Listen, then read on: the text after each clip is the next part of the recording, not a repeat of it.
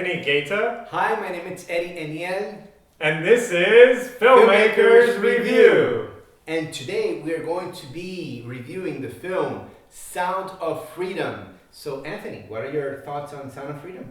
It's definitely, a sad story. It happens to be a good movie. The acting's really good. The cinematography, the lighting. From a production value standpoint, it's I thought it was, really good. Setting aside the content of the film itself, and then Eddie, how about you? What was your initial take on the film? Well, let me just start by saying this. As a filmmaker, right, we look at films now and look at all the technical aspects, how the lighting is, what shots are there, is there camera movement? Camera movement's important. All of those technical things, right? Right. For this movie, I'm just putting that aside on a second, maybe third place or whatever, because the story is so strong. It's a true life story of Tim Ballard, what he went through. He was a special agent for Homeland Security investigations, and it's his life story. And they put it now to film, and I think it's a great thing that it has brought awareness, to a very complicated situation that's been happening. And it's current, it's going on now. For sure, yeah, absolutely. And it's not like people don't know about it, is that before the movie, people were not aware how evil and perverse it really is, you know what I mean? So yeah, I guess I'm gonna say just real quick. So watching this independent film here, it throughout the movie, it felt like my soul was ripped out of my body, and then when the movie ended, my soul was put back. It was kind of a disheartening type of experience. Regarding that, the content of the film. Mm-hmm. But yeah, taking into consideration all the everything that went into the making of the film and the way the story was told, I thought was done very well and professionally. It had that, it seemed like that, had that kind of feel. Jim Caviezel, really, really good actor. Just, most other films he's done, he was in Passion of the Christ, and some other films as well. Mm-hmm. And also, Eddie, what about you? What do you have, Eddie? What's Well, your next? I actually have some data, some facts that I researched, because again, after knowing about the film, I'm like, wow, let me just double check some of this information. And I did some research, and the truth of the matter is that child sex trafficking is a critical issue that affects more than 1 million children worldwide. That's a lot, you know what I mean? And it's a very fast growing crime. I have here worldwide about 20% of trafficking victims are children. It's like, how is this possible? And so it's really bad. So I am glad that it's bringing awareness, and hopefully some laws will change. More would be done to try to, first of all, rescue the children, and second, end this crime against children. So again, the movie did bring a lot of awareness. Yes. Yeah, yes. it was definitely heavy on the suspense and the drama, and like Eddie said, this film is mainly focused around rescuing the children. And the film also had a little bit of good cop, bad cop, that kind of thing. It had some movie stuff built into the way the story was being told. Yes. Into the sad story of it all.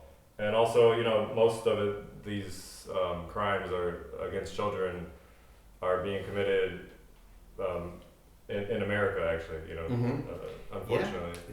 Unfortunately, the United States is, if not the first, I think it's the first that it's involved in this crime. Percentage-wise, it's percentage-wise, more correct. So in America. Yeah. And obviously, we have the case of Jeffrey Epstein.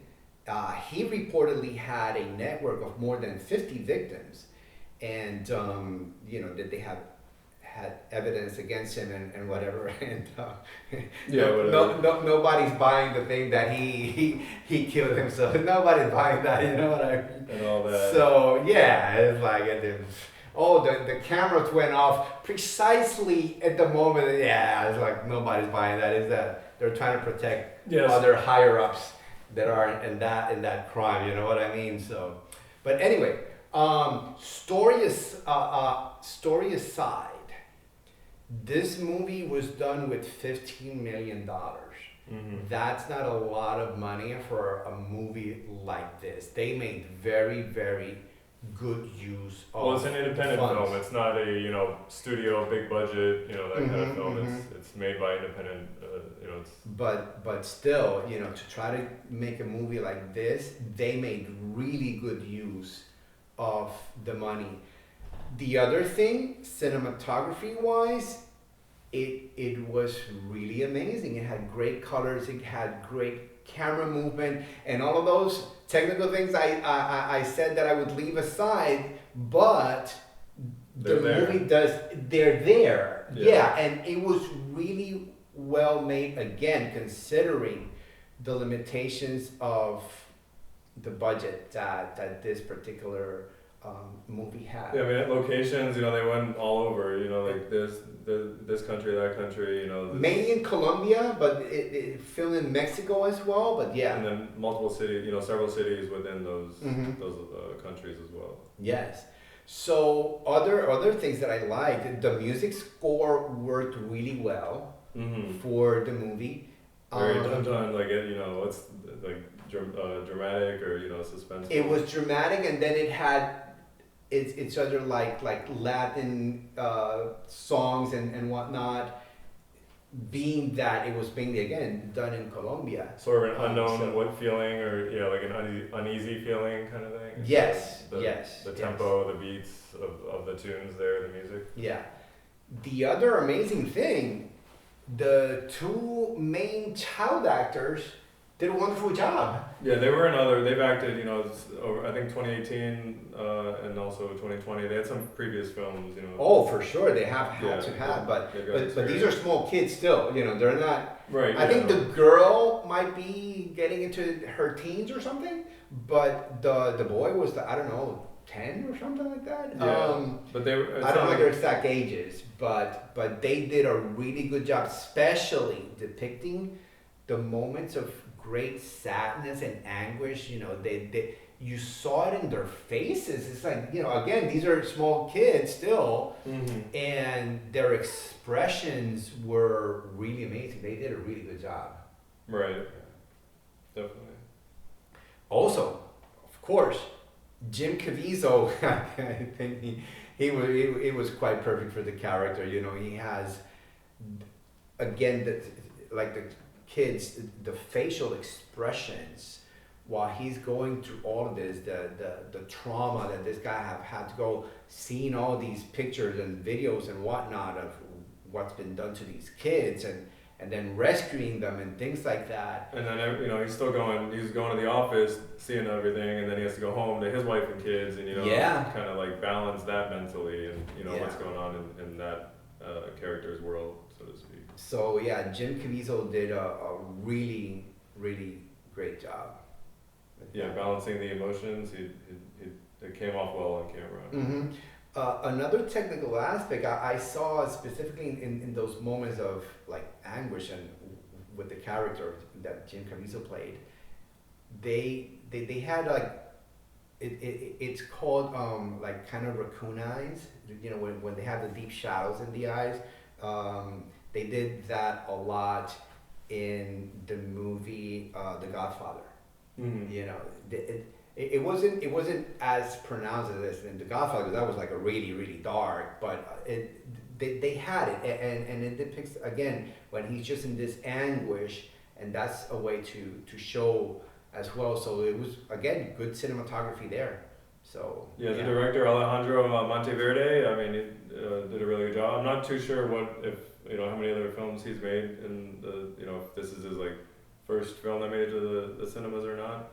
I should probably check up on that, but yeah, I mean No, he's made other movies. I'm not sure of how many, but for sure. That's good to know. And again, he did a really good job. Do you have any final thoughts, Eddie? Well, I mean, let me just mention one other important aspect about it, again, going back to the fact that this movie was made with $15 million, it was a smash at the box office. And the very interesting is that it came out right when the Indiana Jones movie came out, and it made more money than Indiana Jones. It made, Indiana Jones made close to 12 million, and then Sound of Freedom made 14 million, which is practically the budget on I can't remember if it was on that first day, or the first day, on the first day. Uh-huh. Yeah. Now that I think Yeah, about it. it's you know, the seats are selling, you know, to watch the movie. Yeah. I But did want to mention that too. I'm glad you mentioned it. yeah, but again, we're talking about a $15 million movie against a almost $300 million movie, which is a franchise, you know. So I don't know, that some things are inexplicable. It's like the same thing that happened with The Passion of the Christ, that no one wanted to invest in the movie, and then Mel Gibson invested, I think it was like $30 million of his own money. And it made, was it like $1 billion? It made 600 million Oh, wow. at that point, and you know, all the other things that goes into movie. Then it goes to streaming. Yeah. Then they sell DVDs or whatever. It made a lot of movies. So, you know, kudos for independent filmmakers. Yeah, they're still they're still making their way to the independent films are still making their way to the cinemas, the theaters. Yeah, so they took a chance. Yeah, like Mel Gibson and the people at Sound of Freedom with just again this limited budget, but it was well received. Again, mainly because of the story. So the other thing the last point I'm gonna make about the money is that Sound of Freedom was just shown in half of the theaters as Indiana Jones. I think it was also only domestically. It wasn't worldwide originally. Originally, it wasn't. It was only just so here. recently, you know, toward the end of July that it was released worldwide. To select worldwide theaters, not everywhere worldwide. Yeah. But yeah. So Angel Studios acquired it from Disney. Oh really? Because it was on hold. Yeah, Disney didn't want to release it. That doesn't really seem like too much like a Disney type of movie, but yeah. I guess no, it was originally by Fox. It was going to do the distribution, but Disney now owns Fox. Oh, I see. So they had it shelved for several years, and then Angel Studios was like, let's make this movie. Obtained the rights for the distribution, and boom, there you have it. So anyway, final thoughts, Anthony. Yeah, so I mean, it's, you know, again, the incredible story of a former government agent who turned vigilante, and then he embarks on a dangerous mission. So it's, you know, sad story, good movie. And I'd say I give overall, just, you know, it's because due to the sadness of the content, I'd say 7 overall. Yeah. And All right. How about you, Eddie? I mean, again, I'm just gonna put all the technical aspects aside, but even with that, even if I include them, it was really well made with that budget, and the story was really impactful. It impacted me, you know, and I'm gonna give it a 10. Oh wow! Bravo! The story was strong, yeah, and everything else, you know. But I hear you. Good movie. So yeah. Well done, Eddie. All right. All right. So that concludes this episode of Filmmakers Review. I want to remind everybody we have our own award-winning film, Attraction Man, over here. And you can check it out. It's on YouTube. We're going to include the link below. Down below. On the page. Check it out. Also, don't forget to subscribe, hit a like, and the notification bell, because we're going to be making more of these videos. It's been fun for us. Yeah. I think we got a good perspective here going on, right? Yeah, I'm enjoying it. You know, it's you know, the views are starting to pick up, and it's just a good way to discuss the movies, you know, with y'all. So yeah, like Eddie said, please go ahead, like, subscribe, and stay tuned for more upcoming episodes from the Filmmakers Review. Bye. Absolutely. To the next one. Bye-bye.